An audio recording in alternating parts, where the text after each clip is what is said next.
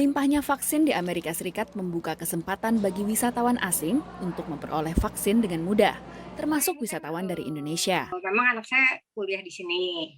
Dengan berbagai pertimbangan gitu, ya udah karena kita memang ada niat juga untuk nengok anak, udah kita kayaknya sekalian aja deh nanti di sana gitu. Bersama dengan suami dan anaknya, Suli mendapatkan dosis pertama vaksin Pfizer 2 hari setelah mendarat di Amerika Serikat pertengahan Juni lalu. Itu udah tanya-tanya dan memang dapat infonya tuh gampang kok apa segala macam gitu. Tapi dalam prakteknya ternyata segampang itu gitu. Sementara Angki pada bulan Maret lalu mencoba peruntungan dengan vaksin Johnson Johnson yang hanya butuh 1 dosis sebelum bertolak ke Indonesia dari kota New York. Kebetulan saya memang liburan ke sana dan kebetulan juga pemerintah di sana memang mendorong turis untuk vaksin. Karena saat itu saya setiap hari reguler sama teman tuh selalu nge-refresh.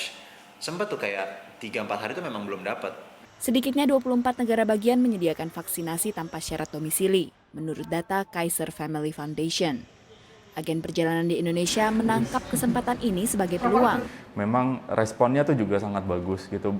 Selain dari vaksin itu memang banyak juga wisatawan yang memang mereka tuh udah pengen liburan gitu. Paket wisata yang ditawarkan berkisar antara 8 juta rupiah hingga 52 juta rupiah. Yang pasti levelnya tuh middle up ya, yang mengambil paket tur vaksin ini gitu, middle up, dan rata-rata memang usianya juga sekitar di atas 40-an ya.